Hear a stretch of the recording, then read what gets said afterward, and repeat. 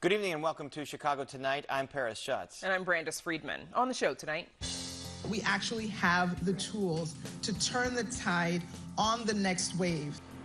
Illinois is implementing new mask and vaccine mandates, and there's already pushback. I feel like I was a great governor for the people. I did things for people, like all kids. Disgraced former Governor Rod Blagojevich suing to be able to run for office again. That and more in our Spotlight Politics. The danger of disseminating disinformation on social media during a global pandemic. A new survey sheds some light. The CDC announces a new ban on evictions, what that means for Chicago renters and landlords. A new Target warehouse opens in Little Village, drawing new job opportunities, but also community concern.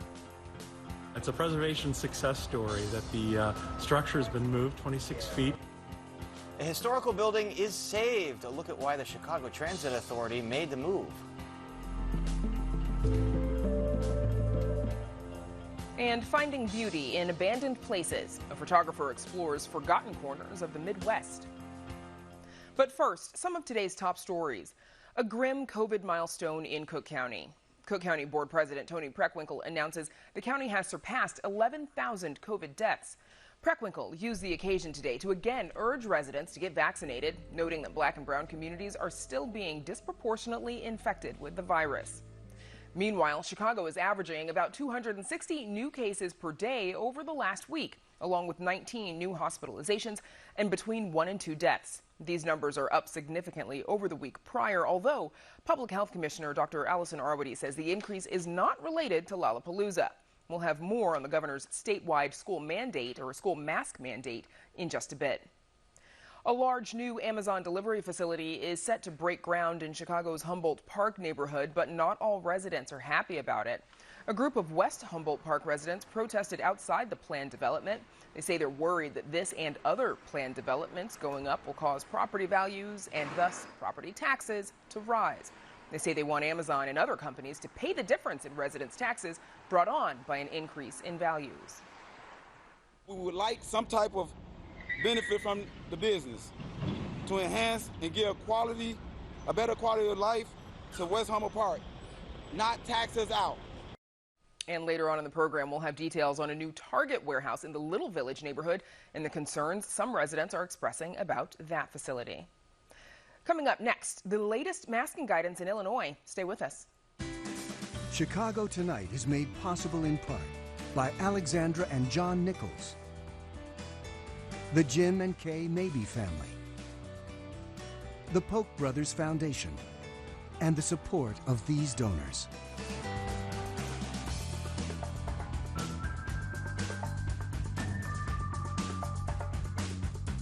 Illinois has new mask mandates effective immediately, but there's already some pushback. Amanda Vinicky joins us now with the latest. Amanda, what are the new requirements?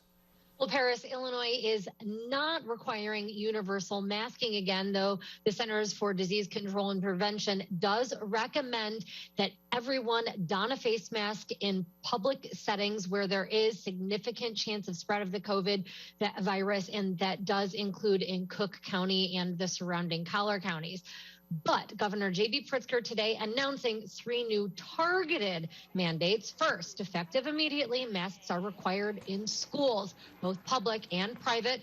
That's for students, for teachers, for staff, regardless of vaccination status. And that's from preschool through high school.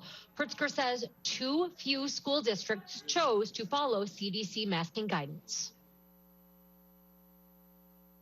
Given the CDC's strong recommendation, I had hoped that a state mask requirement in schools wouldn't be necessary, but it is. The Delta variant is highly transmissible, more so than any other previous forms of this virus. That does mean that student athletes and their coaches will have to wear masks when they're practicing or playing games, when they're inside, but outside where there's lower risk of transmission, the governor says no masks will be necessary for those student athletes. Pritzker says that enforcement of the mask mandate will be schools' responsibility, as he says it's their job to keep children safe, and Illinois has potential recourse if they don't. this is something that's endeavoring to. Schools can be held liable if they don't follow the mandates that are put in place. There's even the ability for the state to revoke recognition status for a school, though I think that's something that would happen long after other mitigation or other efforts are made to get a school to impose mitigations.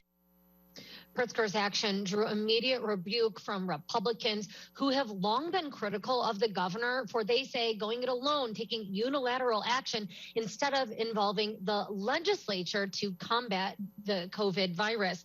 Now, the three Republicans who have declared bids to run against Pritzker in next year's election, they were more vociferous in their opposition to what he did. Gary Rabine says that it is not about control, it's about control, not science. And then you have Paul Schimpf saying that Pritzker's actions are inconsistent with the civil liberties that he defended as a Marine.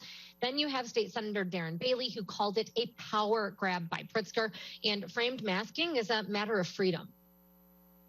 We cannot sit back and let one person who has never stepped foot in most school districts across our state pretend that he knows best for your children and our schools. Parents, teachers, and elected school board members should be making these decisions at a local level. Bailey also tried to question the science, saying that children aren't getting super sick and that schools are not the source of COVID outbreaks. But Director of Public Health, Dr. Ngozi Ezike, says the science does show that, especially with this more transmissible Delta variant. She says that the percentage of those younger than the age of 20 who were hospitalized with COVID tripled from 2.5% in January to 7.8% in July. While most children who get COVID have fewer symptoms than adults, they absolutely can still get COVID-19. And they can absolutely spread it to others. We have clearly witnessed that spread this summer throughout Illinois. Numerous cases of COVID-19 have been linked to youth camps. Now, moving on to that second mandate that the governor has implemented, it requires masks to be universally worn in long-term care settings like privately run nursing homes. Long-term care facilities have been hotbeds for outbreaks throughout the pandemic. And then this third action, state employees who work in congregate settings must get the coronavirus vaccine. That includes state-run veterans homes, developmental centers, and prisons. Workers have until October 4th to get vaccinated. Many of the long-term care facilities employees have themselves not been vaccinated. They run the risk of carrying the virus into work with them. And then it's the residents who are ending up seriously sick, hospitalized, or worse. It's a breach of safety. It's fundamentally wrong. And in Illinois, it's going to stop. According to state agencies, 53% of staff at Department of Human Services, developmental centers, and psychiatric hospitals are vaccinated. Percent of correctional officers and staff at Illinois prisons. And then at Illinois-run Veterans Home, the percentage of vaccinated staff is 64%. The director of the state's largest public employees union, AFSCME, says these employees bravely worked throughout the pandemic and says in most cases, the vaccination rates are higher than in the communities in which those state facilities are located. We strongly oppose any effort to define these employees as part of the problem rather than recognizing their dedication and the vitally important contributions they have made to protecting health and saving lives, AFSCME's director Roberta Lynch said in a statement this afternoon. Now look for the governor, normally allied with unions, and the AFSCME to have to negotiate over this. So far, the governor has not issued an executive order that spells out these mandates, but his office does say that one is coming. And while the governor called these initial steps, he says there is no plan right now for any sort of shutdown or even a universal mask mandate for masks to have to be worn inside and other public places. He says, unlike when Illinois previously took those steps, he says things are different right now. And that is because we have the option of getting the vaccine, which he encourages everyone to do. Paris, with that, back to you. All right, a lot of new regulations. Amanda, thank you very much. And now to Brandis, in a renewed effort aimed at keeping tenants in their homes amid the pandemic. Brandis. Paris, the Centers for Disease Control and Prevention announces a new moratorium on evictions as the original ban from the federal government ended last weekend. This time, the moratorium lasts until October 3rd and is intended to halt evictions in counties with higher levels of COVID transmission. The ban surpasses Illinois' suspension on evictions, which is set to end by August 31st. Joining us now for more on the moratorium are Mike Glasser, the president of the Neighborhood Building Owners Alliance, and Michelle Gilbert, Legal and Policy Director at the Lawyers Committee for Better Housing. Thanks to you both for joining us. I want to start off by getting both of your reactions to this news. Michelle Gilbert, let's start with you, please. Oh, well, we're very happy for the tenants in other states who are very worried about their imminent homelessness. Illinois has always had a really good moratorium, and so all of Illinois, not just the counties with the high incidence, are still covered by the governor's moratorium. And Mike, what's your reaction, please? Evictions are nothing that housing providers want to do. It's ultimately a last resort measure that we want to and must sometimes need to pursue only as a measure of last resort after all other efforts have exhausted themselves. We are in favor of having this right again at the earliest possible time. We find that eviction is a necessary tool that we really need at our disposal, not necessarily to physically displace people, but to continue negotiations where negotiations haven't worked in the past. Michelle, do you think this will protect people in Cook County after Illinois' eviction ban ends at the end of this month? Well, we do need to see what Governor Pritzker will do next. The most important thing, and I'm glad to hear there's really no space between us on evictions being bad for both housing providers and tenants. The thing that we really need to do is just keep the rental assistance flowing. That IDA has done a good job. They already have $200 million out the door. We just need to get more money out the door faster because, eviction is a lose-lose situation, but the rental assistance is going to help the landlords and it's going to keep the tenants housed. Mike, from your perspective, what's the difference between this new federal ban and what Cook County currently has in place? Well, Cook County has prevented us, or in the state in general, has prevented us from even filing evictions for covered people. And whereas the CDC guidelines are more lax, and I believe the CDC guidelines really prevent the physical eviction of people. So we really welcome the opportunity to be able to file evictions once again, because there are, first I just want to say most tenants are terrific and have been honoring their obligations. Most housing providers have been terrific. And when there's negotiations, they've often been very fruitful and have allowed people to live. And the media doesn't cover those type of situations. It's not newsworthy. The more challenging instances are when there is no communication between the tenant and the housing provider. We know of instances where tenants have gone 16, 18 months and without an eviction but that recourse in place, oftentimes housing providers are stuck with no ability to move the case forward. We've tried mediation, we've tried informal discussion, and that's why we really feel that eviction, the ability to file an eviction can oftentimes get the negotiation and the discussion taking place at a more serious level where the tenant might understand, hey, if I don't negotiate in good faith, I might have to pay a consequence. Now, data from the Illinois Housing Development Authority shows that with their rental program, the Illinois Rental Payment Program, more than 22,000 applications have been funded. That's out of 95,000. And that's also a little over $187 million. But some applicants are still having difficulties getting that money. Mike, what are you hearing and your reaction to what Michelle just mentioned about that money not flowing quickly enough to the people who need it?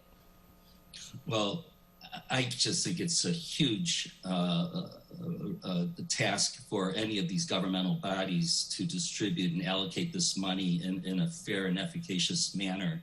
I know that IDA has been recognized by the National Low-Income Housing Coalition for being one of the best in the country at allocating the money.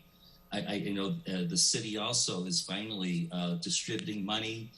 It takes time to do it right. I know everybody's impatient. I know a lot of my colleagues are impatient. They want to see the money. But my God, it's a tough task to find out and figure out who deserves it and how do we get the money in the right people's hands. So I applaud IDA's efforts, the city, the county. There will be more money out there, and this income. And to that note, sorry, I just want to get Michelle in here one more time before we have to go. But Michelle, is there still assistance for renters? What's available? There is assistance from the Illinois Department of Human Services. Tenants can call those service centers for assistance. Also, some Chicago Department of Housing delegate agencies still have rental assistance. You know, and the other thing that IDA is doing is they're in a cure period right now. So if a landlord or a tenant gets an email from IDA, in fact, I would say scan your emails and look for emails from IDA. Because if you forgot to click on a document or something, you can cure that application. And that is going to take a little bit longer to do the cure, but cure and it sounds like it's getting still the money later is better than denial. Better than not getting it at all. Sounds like that opportunity still exists for them. We'll have to leave it there. My thanks to Michelle Gilbert and Mike Glasser for joining us. Thank you. And now, Paris, we toss it back to you. All right, Brandis, thanks a lot. And for many of us, social media is a convenient way to keep in touch with family, friends, and colleagues, but sharing false information or misinformation on platforms like Facebook during this global pandemic can mean life or death. A recent nationwide survey of more than 20,000 Americans across the country found that those who rely primarily on Facebook for COVID news were less likely to get the vaccine than those that relied on other sources. Joining us to discuss social media misinformation in the age of COVID is Peter Adams, Senior Vice President of Education for the News Literacy Project, an educational nonprofit dedicated to news consumption. Peter, good to see you again. Paris, great to be with you. All right, so this study came out of Northwestern and basically found that those that relied on Facebook for their primary source of information on COVID were less likely to take the vaccine, more likely to distrust the vaccine than the general population. What do you make of data like that? Well, I think it's consistent with what we've seen in the past when people, the Pew Center had a similar survey back in 2020, last summer, that basically said the same thing. People who rely mainly on social media for news, and especially those who shun mainstream standards-based news sources, are often less informed, follow news less closely, and are more vulnerable to false beliefs and misinformation. And when you see these kinds of studies, how big a role is Facebook and other social media playing in the situation we find ourselves in right now, where still significant portions of the population refuse to get vaccinated and we see the Delta variant surging? Sure. It's, the cause and effect is a little tricky here. It might well be that people who distrust mainstream news sources or are cynical or nihilistic about them turn to Facebook. And it might be that some folks who are not that way to start with see messages on Facebook which inflame that and sort of turn them toward disinformation. So it's probably both. But what we know for sure is that despite Facebook's statements that they will take down COVID misinformation if they see it, there's a lot of COVID mis and disinformation on the platform, including members of the so-called disinformation dozen, right? The 12 people who are responsible for something like 65% of anti-vaccination misinformation online. Who are they? I don't know who they are. I mean, or just give me a sense of who those 12 people are. Joseph Mercola is one of the most pernicious. He has a lot of wellness products. He has books, anti-vaccination books, even on Amazon, right? So Facebook's not alone in exacerbating this problem, but he has a page on Facebook. Sherry Tenpenny does as well. And they peddle, provably false claims about vaccines and really inflame people's fears at a time when, we desperately need clear, accurate information about the safety and efficacy of the vaccine. That was going to be my next question. I mean, is most of this coming from people who are knowingly disseminating this kind of information, but it's lucrative for them? They're building their brands. They know that it gets a lot of attention. It riles people up. It's hard to know. Certainly there are anti-vaccination activists out there, and probably some of those dozen that I just mentioned, who fervently believe that what they're saying is true. They base a lot of their beliefs on widely disproven studies, even studies that have been retracted. So intent is really hard to know. The impact is something that we can actually look at and think about and try to measure. Facebook doesn't make that easy, by the way. They make access to data on the platform. Their transparency, is very opaque. Researchers don't have the access they need to actually track these things very well. And tell me, what are the examples, like the most pernicious examples of disinformation messages that get shared widely on Facebook? What do they say about the vaccine? Sure. I mean, they push a lot of false claims about the vaccine sort of changing your DNA, which isn't true. An old rumor was implanting microchips. One rumor is that, Big Pharma has sort of constructed the pandemic or blown it out of proportion to push this as a money grab or to normalize vaccines. So you see a lot of rhetoric that resembles previous anti-vaccination messages, but we've seen some new ones as well throughout the pandemic. And you're saying Facebook isn't doing enough. I mean, what else does this platform and other platforms have to do to help stem this problem? It's tough. There's no one silver bullet. I think one thing that they clearly need to do is really enforce their community standards. So they need to moderate their content more aggressively and more consistently, and they need to walk the walk. They also need to give researchers access to data so that we can learn more about how misinformation circulates. And then finally, I think they need to take a really serious look at the role that their own algorithms play in helping people like this network and reach new audiences. So anti-vaccination activists, disinformation activists, extremists want to be on mainstream social media platforms like Facebook so that they can expose people to their message and maybe draw them in. So giving these people a platform, is a real problem, especially when your algorithm could drive someone who's doing some searching and is curious about these topics right into the hands of some of these actors. Yeah, I mean, there's a documentary on Netflix about those algorithms that really take people down the rabbit hole. And this, we've talked about this before, Peter. I mean, this obviously isn't limited to COVID. Social media has spread all kinds of disinformation on the election. I know they tried to crack down on that a little bit. What is the larger solution here? Because it does confuse a lot of people. Sure. I think, look, there's no one solution. It's got to be a sort of multi-pronged approach, I think, on the part of the companies. Better content moderation, more resources in that direction. They need to do a better job of really pushing and promoting credible information. And then, as I said, really work on how their algorithms are functioning. But we as a public also need to do our due diligence, right? Don't exclusively rely on any one source of information, especially if it's user-generated content, and to do a better job of understanding why certain things might appeal to us. In an event like the pandemic, we're looking for easy answers. We're looking to it's a very fearful, questionable time. It has been for some time, and it's driven a lot of people online searching for answers.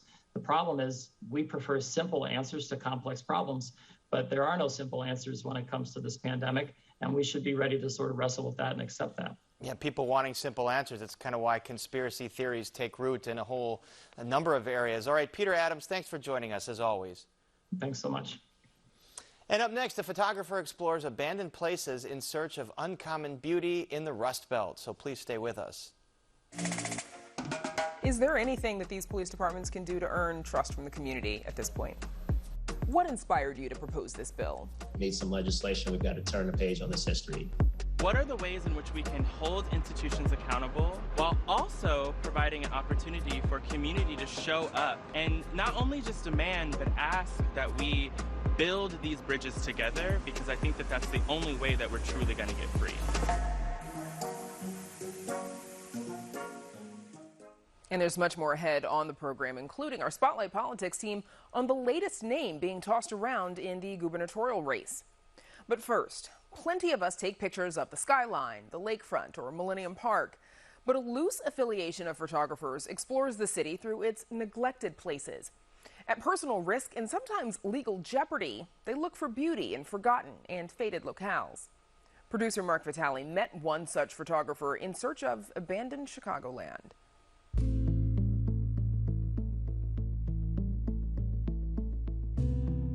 Time seems to stand still as built environments are slowly reclaimed by nature. The settings might suggest Stephen King or bring to mind heavy metal album covers. But where some see scary, others see opportunity. We would just drive around, and sometimes you'd find stuff that's in plain sight, but that, that was compelling. And this is one of them. This is by Steelworkers Park at 87th and the Lakefront, where massive concrete walls once held iron ore bound for the U.S. steel plant known as Southworks. It's interesting to come to a place like this and try to imagine, okay, well, what was this like in the 60s when, the steel mills across the street were still humming? Jerry Olejniczak has a blue-collar day job with an auto detailer. His hobby has grown into a dedicated side hustle. His first book on the subject rediscovers abandoned Chicagoland, from Kenosha to Gary and all points between. There are no people in the photos. Sometimes it looks like they left in a hurry, or might return at any moment. There's a baseline sort of sadness and poignancy to almost all these shots, but strictly on an aesthetic level, I think decay can be beautiful. The American Rust Belt obviously is a gold mine for this kind of stuff. I mean, there's a lot of ways you can go with the photograph. You can be very sort of documentarian, just show it as it is and kind of leave it be. But the camera is different than the human eye. So the human eye sees things a little differently. So sometimes you actually need a decent amount of tweaking, at least that's what I do, to have the same emotional resonance that it did when you were there looking at it. Olejniczak is part of an unofficial alliance of like-minded photographers around the world. They practice so-called urbex photography, named for urban exploration, though it's not always strictly urban. The urbex community is really a network, and you talk people up and you make connections because, I might be able to find almost everything that there is to find around Chicago, but, I'm not going to be able to do that in New York or Detroit or St. Louis. So you got to count on people to, give you some intel. I've known Jerry Olejniczak for about 10 years.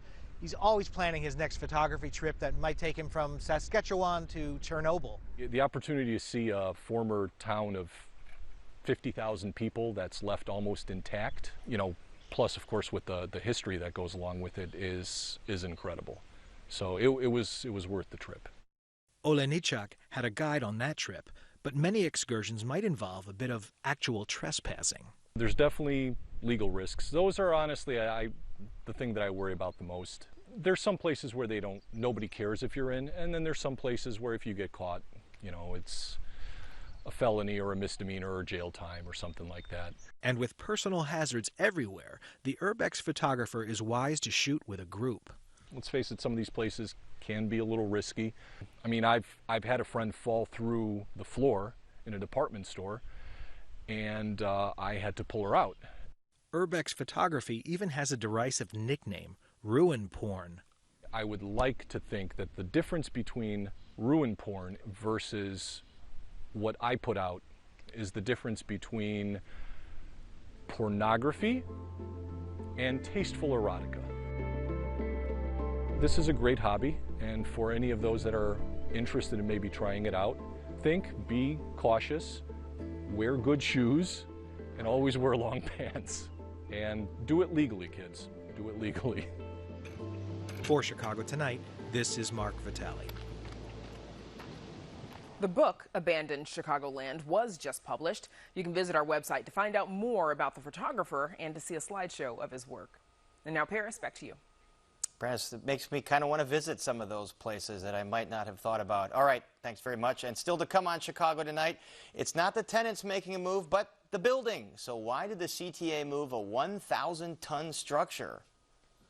A new Target warehouse opens up in Little Village, what some residents are concerned about despite the number of jobs it brings to the community. And some parent pushback over Governor Pritzker's call for masks in schools across the state. Our Spotlight Politics team weighs in on that and much more. But first, some more of today's top stories. New allegations lodged against the Chicago Police Department about an alleged wrongful raid. A black family is suing CPD, saying officers broke down their door and pointed guns at two small children while searching the place, and then tried to cover up that they had no evidence to justify the raid. The federal lawsuit filed Tuesday is the latest to accuse the city's police department of wrongfully raiding the homes of people of color. This comes after the city and CPD announced new policies on search warrants following the wrongful raid of Anjanette Young. Illinois' largest healthcare provider is mandating vaccination for its workers. Advocate Aurora Health announces it will require vaccines for its 75,000 workers, both in Illinois and in Wisconsin. Other large healthcare providers in this state, like Rush, UI Health, Loyola, and UChicago Medicine, have instituted vaccine mandates as well. A major Southside festival announces it is canceling this year's event due to these rising COVID cases. Organizers of the Hyde Park Summerfest say they're calling off the annual event scheduled to take place September 11th and 12th on the Midway Plaisance. They say it was a difficult decision, but they felt it's an obligation to put the community's health before everything else. New details on what that federal bipartisan infrastructure bill could mean for Illinois. According to figures released by the White House, Illinois stands to receive nearly $10 billion for federal highway projects, $1.4 billion to fix bridges, $4 billion for mass transit, $149 million for new electric vehicle charging stations with the opportunity for more federal grants, and $100 million to improve broadband internet access in rural areas. The bill has passed some procedural hurdles in the U.S. Senate and is still being debated. And now to Brandis with a look at a Chicago building that is on the move. Brandis. Yeah, Paris, wait till you get a load of this. If you thought your last move was a hassle, the Chicago Transit Authority has got you beat. The agency just relocated an entire building, like a whole building. WTTW News reporter Patty Wetley joins us now to explain. Patty, this is a good one. The CTA, they tweeted video of moving a building 26 feet. Why in the world did the CTA want to move a 1,000-ton structure? You know, this building, it's 127 years old, and it has kind of been a thorn in the CTA's side for like 100 years now. And the rails have always had to curve to go around this building. So as part of the Red Purple Line modernization project, they're moving this building so that they can, you know, have a straight shot of those tracks and move trains more efficiently and faster along that portion in the Lakeview neighborhood. And how unusual is this in Chicago? Well, you know, Chicago was pretty famous for being able to move buildings. Back in the 1850s, we more or less like raised the entire city anywhere from 4 to 14 feet. During the Depression, there was a famous case of a church being moved up in the Lincoln Square Ravenswood neighborhood. So it's something that we know how to do. But certainly the advantage here is that this historic building, which is part of a landmark district, was able to be preserved. A little bit of the old Chicago being preserved alongside the new CTA tracks. Okay, keeping it interesting as always. Patty Wetley, thank you so much for joining us. Thanks, Brandis. And you can read Patty's full story on our website. That's WTTW.com/news. And now to Paris for details on a new Target warehouse in the Little Village neighborhood. Paris. Brandis, you may remember that controversial smokestack implosion in Little Village last year. It was all to make way for a new Target warehouse facility that opened last week on the site owned by Hilco. It's the largest supply chain facility in the U.S. and is expected to support more than 80 Chicago area stores. But this new warehouse has sparked more protests among some residents in the Little Village community that say they don't want it there. And joining us to discuss the impact on the community and more are Edith Tovar, a community organizer with the Little Village Environmental Justice Organization, and Alderman Michael Rodriguez of the 22nd Ward. We also invited Target to join this conversation, but the company said it is not able to comment at this time. But we do welcome the two of you here. Edith, I'll start with you. There was a protest last week at the grand opening of this facility. What are you and some of your fellow residents concerned with? Well, it's an ongoing concern, right? This warehouse facility is a continuation of the toxic legacy that the former Crawford coal plant has left behind. We are still seeing the coal plant effects, right? And so with the shutdown of the coal plant that took 12 years, right, to shut down, we are seeing the continuation from coal to diesel pollution. So we are literally exchanging one pollution to the other, and to be sold, right? And you're basically saying the diesel pollution is coming from the trucks that are coming in and out of the warehouse.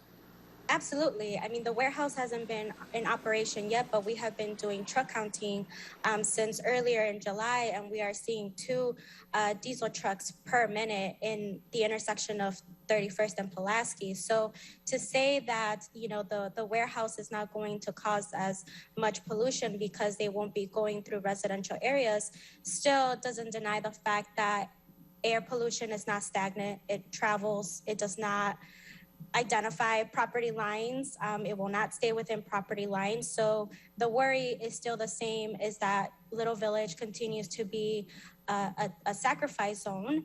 And we really want Target to no longer be part of Exchange 55. We want them to take place. They did just open there in that site owned by Hilco, which had owned that property for a while. Alderman Rodriguez, are there net benefits to this facility in Little Village? Well, first of all, thank you very much, Paris, for having me on. And I thank Edith and Navajo for their advocacy. Their work has really pushed the agenda here in our community. We need to be thinking about a Green New Deal in our country. And the fact is that we need to be thinking about good, paying, career-oriented jobs. The fact is that this facility was approved prior to me coming here. I'm dealing with the reality. They are going to be here. It's inevitable. They've opened their doors. So we need to figure out how to keep them accountable to our community. So there are some potential benefits here. They will be hiring up to 2,000 individuals at this location. We need to make sure that as many of those jobs as possible go to community residents from around the neighborhood, from our zip code and from zip codes. How can you do that? How can you make sure that they hire a lot of people from Little Village? Yeah, so we've been pushing them. There's been a table of community organizations that have been meeting with Target for some months now. We got them to agree to meet weekly. And one of the concessions, one of the negotiating points that we had with them is that we wanted them to do at least two targeted job fairs here in our community. Those job fairs will be on Thursday and Saturday as they ramp up their hiring. My understanding is they've hired several hundred people, but many more to be hired. We want to make sure as many of those jobs go to our residents in the southwest side of Chicago as possible. Edith Tovar, as I understand, that these jobs would start at $18 an hour, decent wages. Does that blunt some of your concerns if they hire in the community and they pay decent wages? No, Target Corporation is a multi-billion-dollar corporation, and a livable, thriving wage here in Chicago especially is above $20. We also know that warehousing jobs are dangerous, labor-intensive jobs. So why do we want our neighbors to be participating in that type of extractive labor? We're not also here to deny and to look down at these type of jobs. A job's a job. So what we are trying to do now with with neighbors, right, who are seriously concerned, we want to also be advocating for these workers. We want them to know about their workers' rights. We want them to know that Chicago is a union town. If these workers want to form a union, let's support them and let's do that. Target shouldn't be wasting millions of dollars every year to bust unions that are forming in different warehouses across the country. So that itself is worrisome. All right, Alderman Rodriguez, there's also the environmental issues that Edith brought up, namely diesel exhaust from the trucks coming into the communities. And Edith mentioned that they are banned from going on residential streets there, but that exhaust can travel into the residential areas. So how do you address those concerns?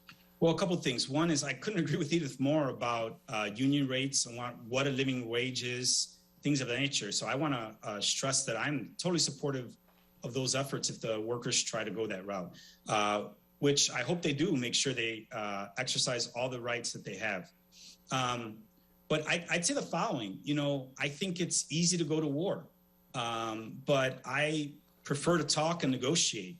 The fact is it's inevitable that Target will be here. They have what they need to come here. We need to make sure that people are educated, that we have folks from the neighborhood hired, but also it was no small task to be able to get the agreements that Target trucks would not come into the neighborhood. Folks are exactly right. Diesel fuel does seep into communities via the air. But one thing we knew from the community, hearing the community, was that those trucks should not be coming into our neighborhood. I live 5 blocks from the site. We've got entirely too many trucks coming into our community. We've got an agreement with them that those trucks won't come in. But when it comes to the air pollution, part of the reason that I was against the air quality ordinance earlier in this term is because I didn't think it went far enough. The fact is we need to be holding corporations accountable. They need to be accountable to our communities. I will continue to work with a number of groups to make that happen. As a matter of fact, join Alderman Laspada in introducing ordinance that would take stimulus funds and help to retrofit diesel fleets in our city. I think we need to be doing much more at the state and federal level to make sure that we are changing our distribution system. It needs to leave the old economy and go to the new green economy. All right, a lot to talk about there in Little Village, and we've been following this for the last year and a half, and we'll continue to follow it. But for now, our thanks to Edith Tovar and Alderman Mike Rodriguez. Thank you so much. Thank you very much. Thank you. Up next, masking mandates, another eviction moratorium, and Blagojevich is back in the news. Our Spotlight Politics team tackles all that and more. But first, a look at the weather.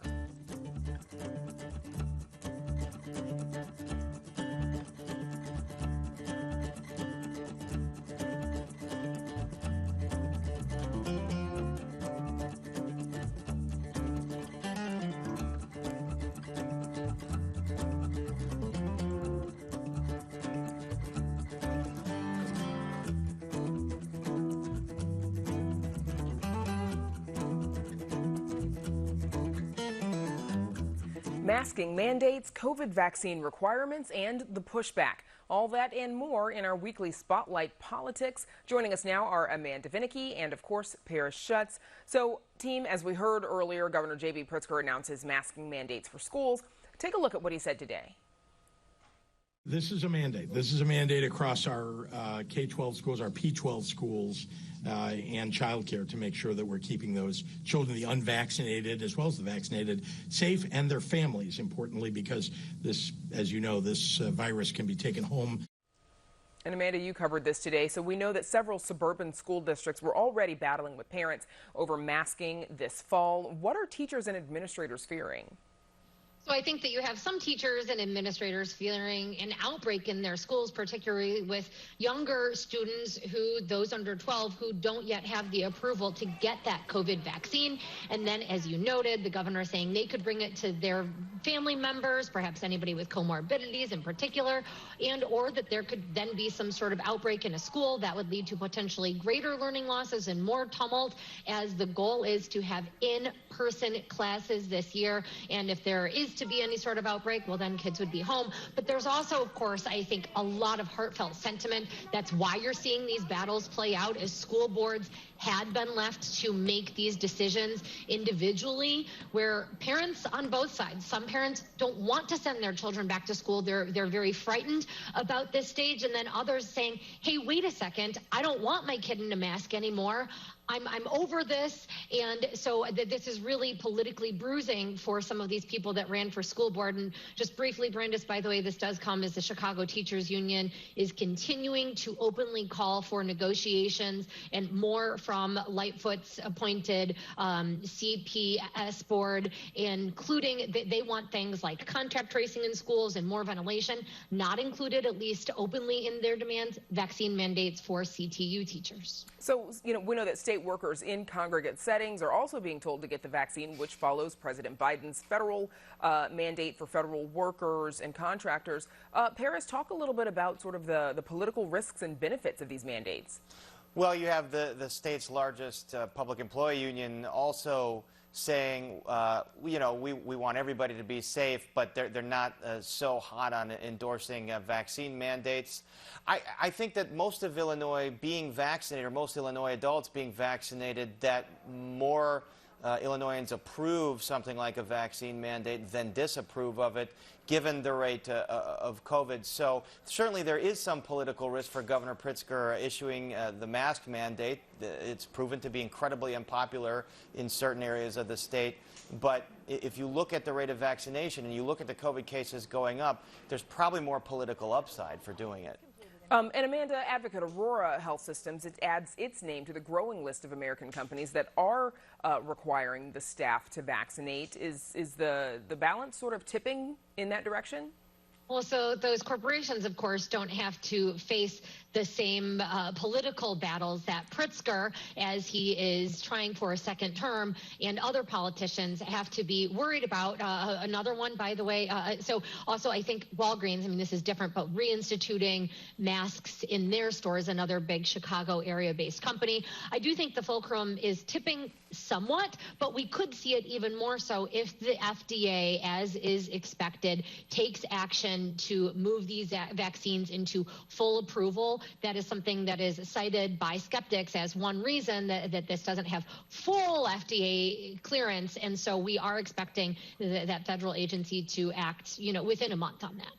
In Paris last night, we covered how New York City will start requiring proof of the vaccination at restaurants, bars, gyms, and performance venues. Do we think Chicago could follow suit? Well, at this point, the state's top doctor, Dr. Allison Arwady, the head of the Department of Public Health, is saying no. I mean, that's not the route that they want to go.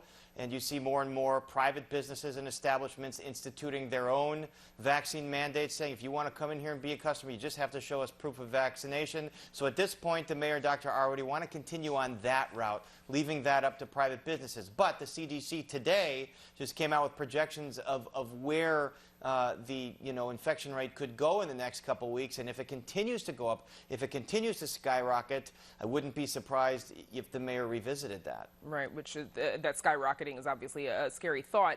Amanda, we know that Mayor Lightfoot says that Lollapalooza won't be a super spreader event, but we know downstate health officials are advising festival goers to get tested. What do we know? What's going on?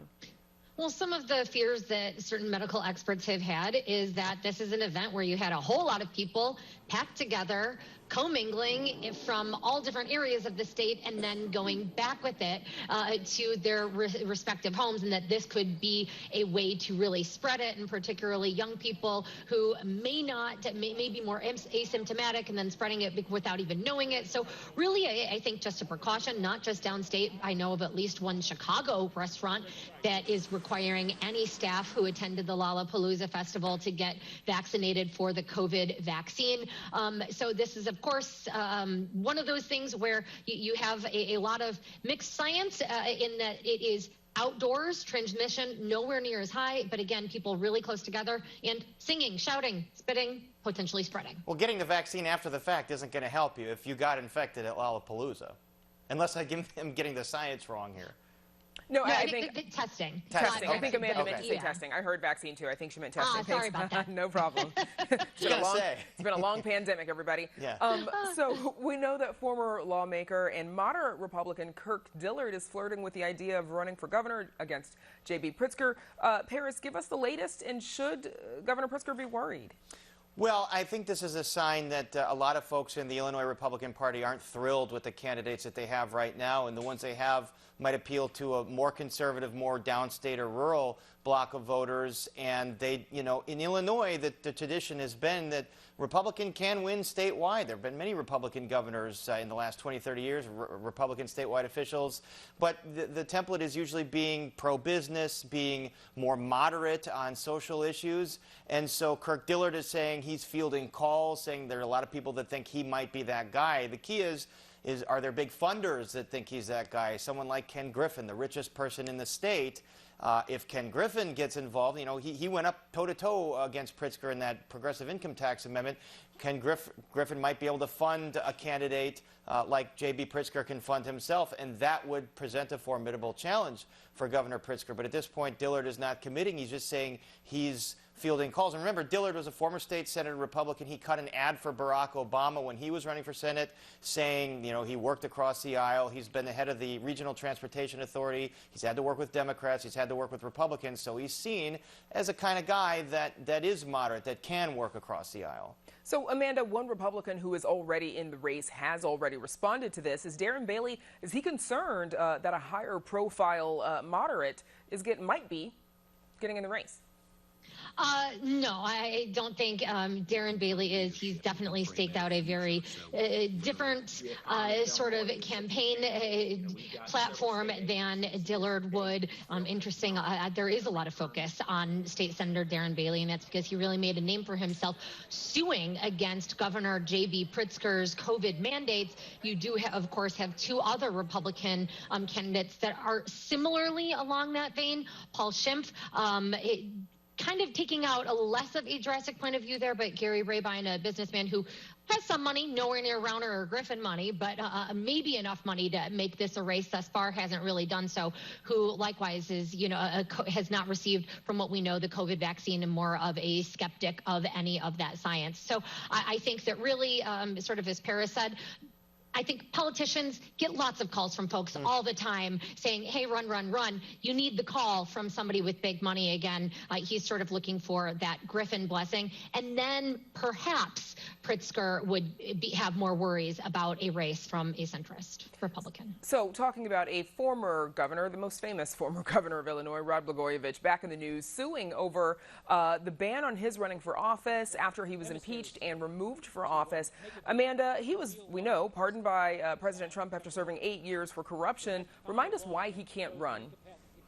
So actually, not a full pardon. He was commuted. Commuted, exactly. So not quite the same there, right? I mean, and so he doesn't have the. But really, no matter what happened on the federal level, separately, when the Illinois Senate voted to remove Blagojevich from office, also passed a measure that explicitly said, no more Rod Blagojevich running for what they could control, and that is offices in Illinois, be it state office, statewide office, or local office. And so he is now alleging that that is unfair and that the impeachment and removal proceedings against him are wrong. I will add, and this is something that his legal paperwork did not bring up, but there's also an Illinois law that talks about, that has been challenged and held up previously, that says those that are convicted of quote-unquote infamous crimes cannot run again for office in Illinois. Kind of difficult to figure out what fits under that infamous crimes category when you look at state statute, and I did go into it and try to read it, but I think that a lot of people would argue that what Blagojevich was, by the way, convicted of, regardless of that commutation, would count as infamous. I think most folks would agree with that, Amanda. So, Paris, if he should win in court, what are the chances he runs again? I don't think he's going to win in court, Brandis. Every legal expert we saw say this was not a legal event. This was a political event. When he was impeached, he did get due process. He chose not to participate. I think Megan Dwyer, the reporter from Channel 9, also asked the governor, so why didn't you e-file? Why did you come down to this place you hate so much to file? And Amanda brought up the fact that there were a bunch of cameras from ABC and a camera crew member saying they're going to do a documentary on him. So I'm sorry, let's call this what it is, a publicity stunt. And the governor said he was, you know, the former governor saying he was a great governor for the people. Well, let's not forget that his approval rating by the time he was impeached was about 12%. And that was famously caught on wiretap phone conversation where he's complaining about that, saying, I gave your grandma free rides on the train and I gave your kids free health care, and that's all that you got from me, Illinois. So you know, we'll see what this documentary is all about. Yeah, we're tuning in for that. Amanda, we've got about 60 seconds. Lawmakers, environmentalists, and ComEd's parent company are at an impasse over the shutdown of 2 Illinois nuclear plants. Is this a play for more money to keep them open?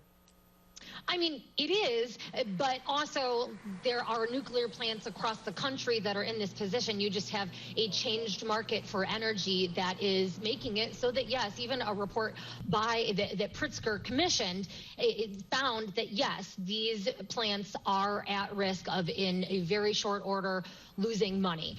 But what is it a handout? I think that there's certainly those who are skeptical, especially given what ComEd has been charged with at the federal level in terms of this bribery scandal. And what is really interesting to me, by the way, is that Governor J.B. Pritzker asked today, he said, you know what, I offered a compromise in the spring, a compromise, by the way, that legislators didn't get behind, apparently does not have the votes to pass, but he's sort of saying take it or leave it. And this is the second area where he's at loggerheads with unions. All right, more to watch for you, Amanda. Thanks. That's Spotlight. Amanda Vinicky, and of course, Paris Schutz. And we're back to wrap things up right after this. Chicago Tonight is made possible in part by Alexandra and John Nichols, the Jim and Kay Mabee family, the Polk Brothers Foundation, and the support of these donors.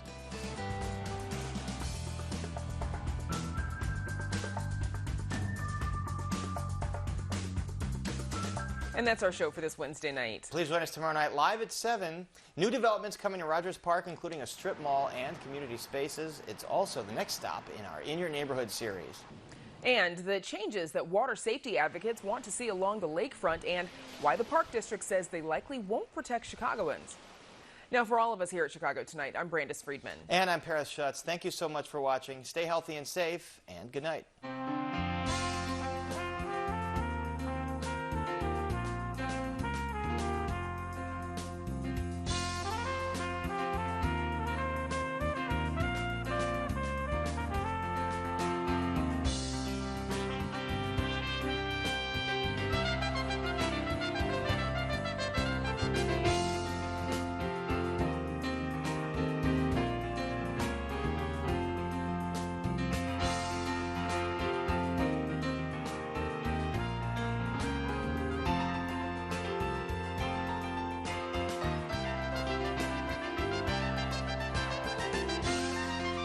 Closed captioning is made possible by Robert A. Clifford and Clifford Law Offices, a Chicago personal injury and wrongful death firm named on the 2021 expertise list of the best personal injury attorneys in Chicago.